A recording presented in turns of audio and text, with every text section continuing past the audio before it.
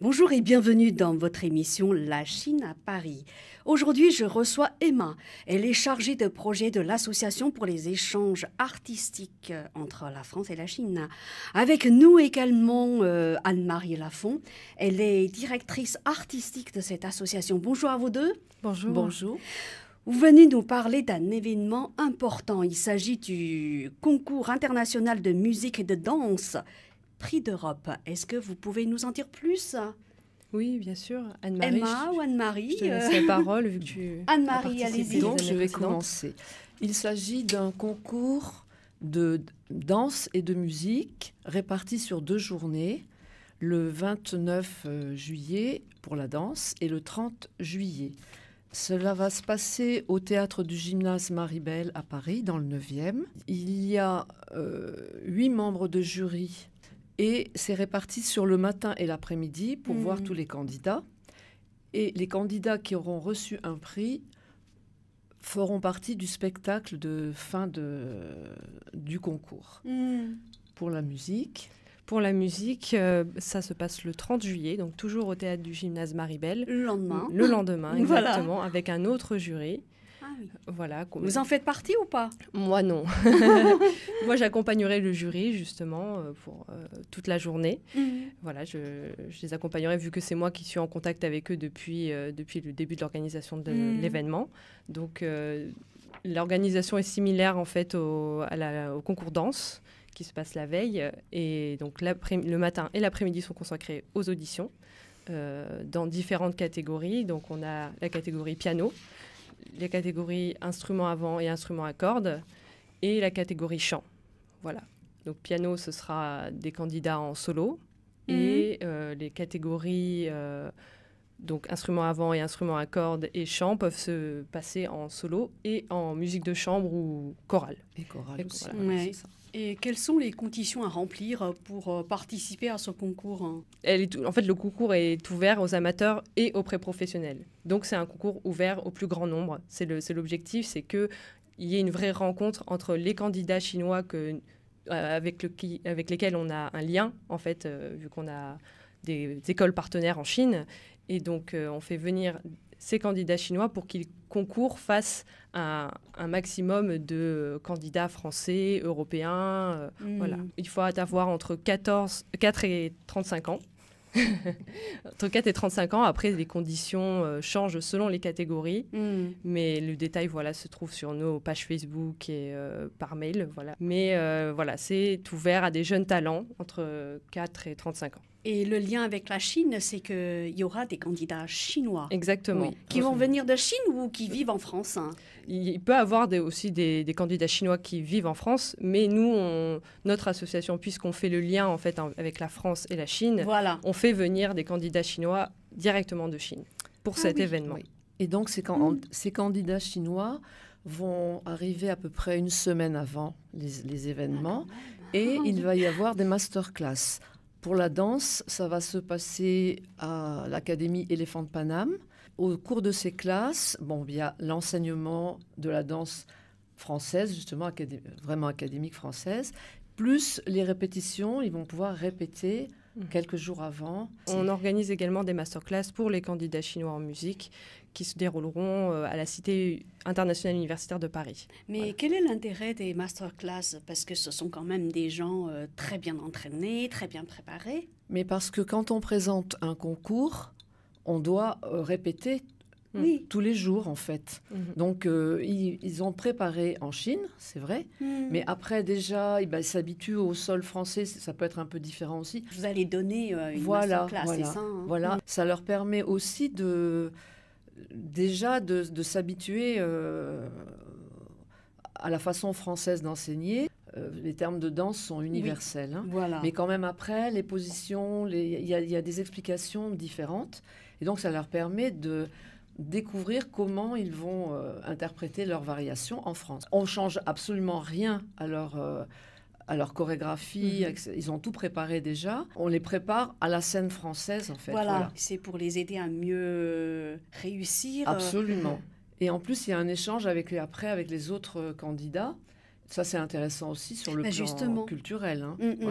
Comment vont se dérouler les échanges après le concours? Mais ça se passe déjà pendant le concours. Ah oui. Parce que comme ils sont là du matin jusqu'au soir, et ils passent en candidat par candidat ou groupe par groupe, C'est ça. eh bien, entre ça, ils sont dans des salles où ils peuvent parler de leur expérience, d'où ils viennent, comment ils ont travaillé, combien d'années, etc. Une question très concrète, leur langue de communication, parce que les Chinois qui vont venir de Chine vont se heurter à la barrière de la langue, à moins qu'ils parlent français. J'en doute quand même. Oui, mais généralement, c'est l'anglais, en fait. Ah, c'est L'année l'anglais, dernière, ouais. c'était ça. C'était l'anglais. C'est l'anglais. L'année dernière. Oui, Ouais. parce qu'il y avait des Hollandais, il y avait des Italiens, il y avait donc des Chinois et des Français. Et les jeunes parlaient entre eux en anglais, en fait. C'est ça. C'est votre association qui a créé le prix d'Europe. Oui, exactement, oui. C'est la 4e édition, donc c'est la 4e année. Comment qu'on fait est ça. née cette idée-là? Alors, comment est née cette idée? Vu que, comme je le disais, on fait le lien entre la France et la Chine, le but, c'était, voilà, nous, on fait surtout des échanges en Chine, des masterclass en Chine avec des professeurs comme Anne-Marie qui part régulièrement en Chine avec l'association. oui. Et le but, c'était de créer une plateforme où ces élèves pouvaient rencontrer justement les candidats du même âge pour avoir cet échange en fait entre la culture française et la culture chinoise. Également, bien sûr, étant donné que c'est un concours, c'était d'émerger de nouveaux talents internationaux. Exactement. Parce qu'au travers des prix qui sont distribués, les artistes qui se présentent peuvent justement partir en Chine, faire partie des tournées, avoir des prix pour faire peut-être des stages en France, etc. Donc, il y a un véritable échange au niveau des jeunes artistes.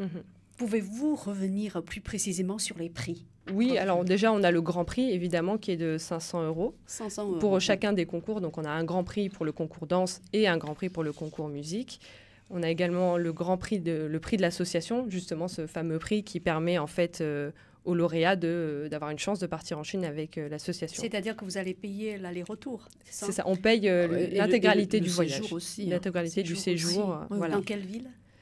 Ça dépend. Ça dépend des tournées. Voilà. Ça peut être à Pékin, à Shanghai ou dans des villes plus petites. Quelquefois, plusieurs villes. Plusieurs villes, oui. Il nous arrive de partir 3 semaines dans 4 ou 5 villes différentes.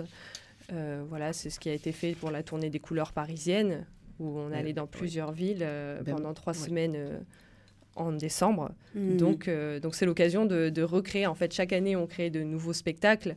Et justement, les lauréats de ce concours ont cette chance de pouvoir, plus tard, partir avec l'association. Et les récompenses, alors?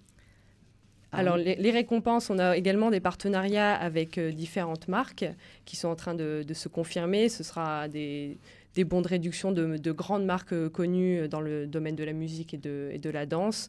Voilà, ça, c'est les petites récompenses et c'est des choses qui se confirment dans les semaines à venir. Voilà. Toutes les informations, de toute manière, seront sur la page Facebook. Voilà. Et l'année dernière, ce qui avait été fait, c'était que des stages avaient été proposés et c'est aussi en train de se confirmer, donc des stages en France, des stages de danse ou de musique avec des professeurs qui travaillent avec l'association. Pouvez-vous nous parler un petit peu du jury? Ça change tous les ans. Voilà, on invite de nouvelles personnes. On a aussi des personnes qui ont participé au concours l'année dernière en tant que jury. Notre association travaille essentiellement avec des conservatoires français et donc c'est aussi l'occasion de rencontrer des nouveaux directeurs, des nouveaux professeurs de conservatoires à travers la France. Donc pour la danse, il y aura 8 membres de jury. Emmanuelle Rousse, elle est fondatrice de la compagnie Temps de Flèche à Carpentras. Parce qu'on justement, on a essayé de ne pas prendre que des gens sur Paris. Jérôme Chrétien, lui, il est directeur du CRR du Grand Avignon.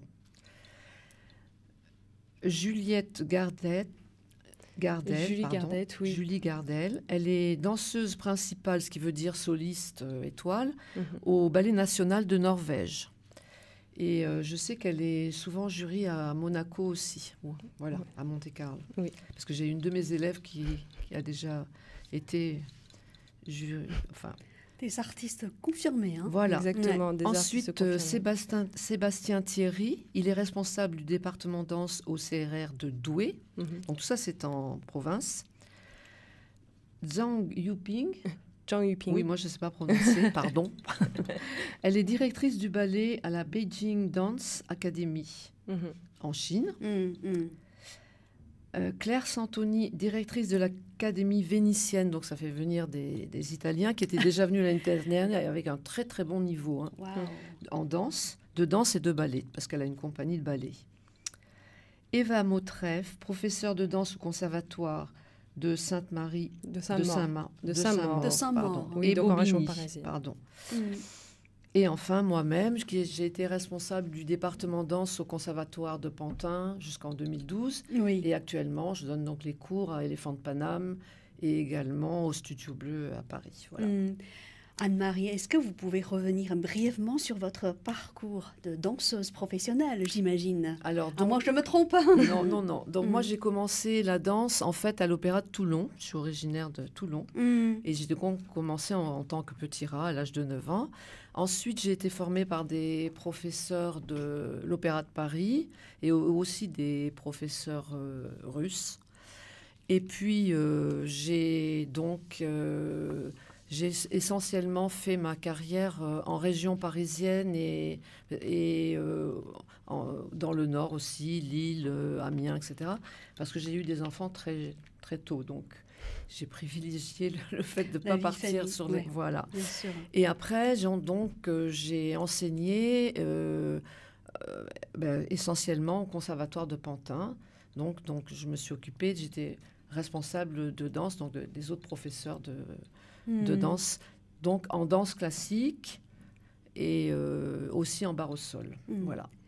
Pourquoi avez-vous décidé de rejoindre l'Association pour les échanges artistiques entre la France et la Chine? J'ai été contactée pour donner des masterclass. Donc l'année dernière, je suis partie avec la tournée du spectacle Nuit d'étoiles, mais moi, parce qu'il y avait une danseuse dans la compagnie, et donc je m'occupais un petit peu justement de la partie danse. Et en même temps, j'ai donné des masterclass, donc à Shanghai, à Zhangjiang, je prononce peut-être pas bien, à Foshan, à Shenzhen et à Canton. Ah oui. Et cette année, je suis repartie uniquement à Canton pendant 10 jours pour monter des chorégraphies. Et donc, en fin de stage, il y a eu un spectacle avec c'est l'école de ballet Phoenix à Canton. Et ça s'est très, très bien passé. Voilà, j'ai vraiment apprécié. Emma. Oui, alors mon parcours, en fait, j'ai toujours été liée à la Chine depuis petite, vu que j'étais passionnée par la Chine. Et j'ai commencé l'enseignement du chinois très jeune. Ensuite, j'ai fait une licence de civilisation chinoise à Lyon 3. Et ensuite, j'ai continué en master d'études chinoises, d'études internationales à Cergy-Pontoise. Et puis, j'ai eu cette occasion de rejoindre l'AEAFC en décembre dernier, et j'ai été prise, donc on m'a donné la responsabilité de ce concours, de l'organisation de ce concours, et voilà, depuis janvier, donc je travaille pour l'AEAFC.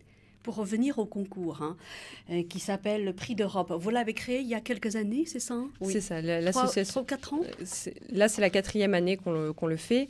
La première année, on l'a organisé au théâtre municipal de Neuilly.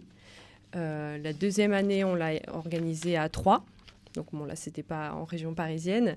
Et l'année dernière, on l'a organisé à Enghien-les-Bains. Voilà. Donc là, c'est aujourd'hui à Paris. Enfin, aujourd'hui, cette année. Cette année à Paris, pour que ce soit accessible au plus grand nombre. Voilà. Qui finance ce concours? Alors, vous avez des sponsors? On a des sponsors, on a de nombreux sponsors, des entreprises chinoises. Il y a l'ambassade de Chine aussi qui finance aussi. Je ne sais pas, en tous les cas, qui s'occupe. Qui soutient en fait des entreprises chinoises. Des entreprises chinoises. Financent. C'est ça, des entreprises chinoises qui sont à Paris, qui soutiennent nos événements. Voilà. Essentiellement, ce sont des entreprises chinoises qui nous aident. Oui. Je vous souhaite beaucoup de succès pour cette édition. Merci. À très bientôt. C'est ce qu'on espère aussi. Merci.